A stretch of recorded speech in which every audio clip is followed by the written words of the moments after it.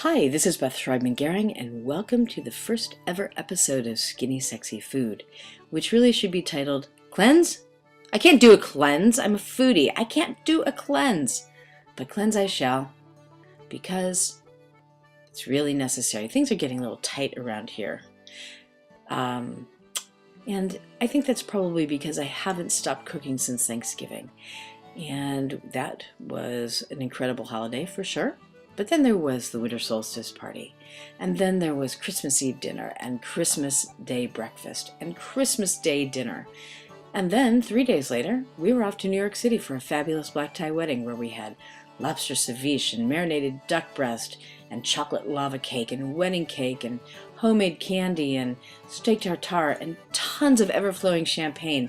And then the next day went to Lay's house and had charcuterie garnie and cigars and scotch. And then, the very next day, went to Bridgewater, New Jersey, where I had yet another fabulous high tea with my niece and an absolutely incredible New Year's Eve dinner that was king crab legs and steak and homemade au gratin potatoes and homemade creamed spinach and 2 more bottles of Veuve Clicquot champagne. And the next stop was Lexington, Massachusetts, where thankfully our friends John and Brenda, I think, were following us around on Facebook and decided that we needed a break.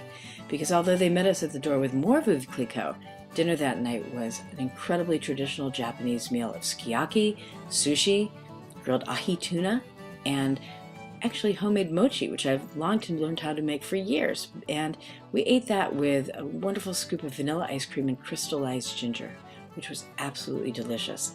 So I came home absolutely determined to go on a cleanse. And cleanse I shall. We're having fun because what we're doing is we're mixing what I know about French cooking technique with wonderful Asian food intelligence. And I'm using literally a farmer's market full of fresh vegetables and fruits. Sometimes they're steamed, sometimes they're raw. And I'm using a lot of herbs and spices, lots of fresh water and fresh juices. It's really incredible, and I'm really enjoying it this time because I'm being able to give my food a lot of flavor this way, and very little oil, which is, the key. I'm using very, very little dairy. Occasionally a piece of cheese, always really good cheese, nothing processed, because that's really important to me. So, at any rate, you see it all the time now. Doctors are finally acknowledging that the key to real and lasting health is to consume more fruits and vegetables, whole grains every day, while also encouraging us to eat way less meat, fish, and dairy. So I think I'm on the right track. We're not going vegan because that's very, very hard to do this winter. I've never been successful at it, but this year my husband bought me a beautiful Mobile copper steamer, and I have a new Le Creuset wok, and I've got my Vitamix, my trusty Vitamix, which is way more than a blender, and I use that every single day because I haven't found anything better yet for making incredible soups and stews and things like that in a snap, salsas, guacamole, all those things.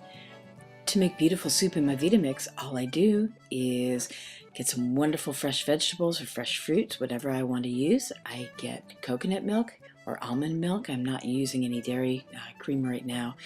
And I put it all in there, hit the button, whiz it up, season it instantly.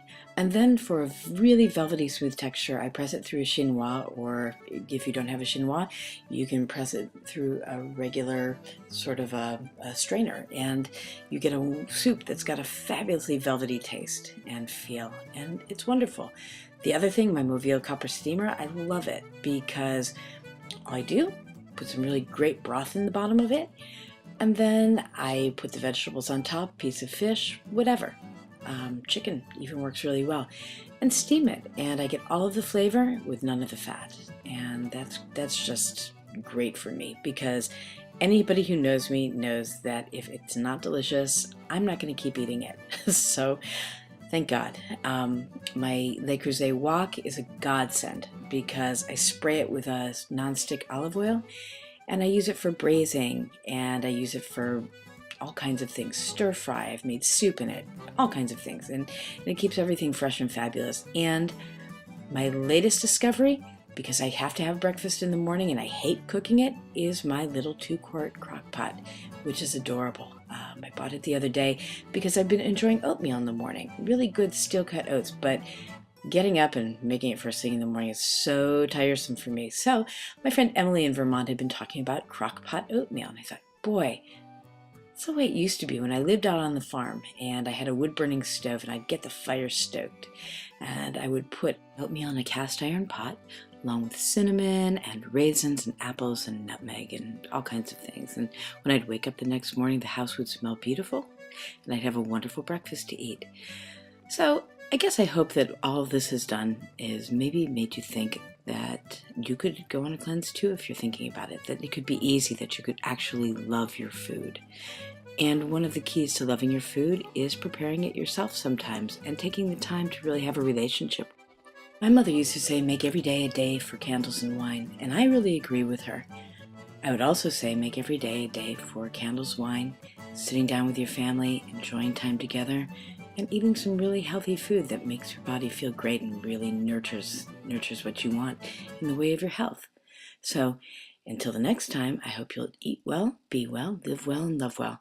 And please go to www.skinnysexyfood. I'll have some recipes there for you and a little more writing and a lot more fun.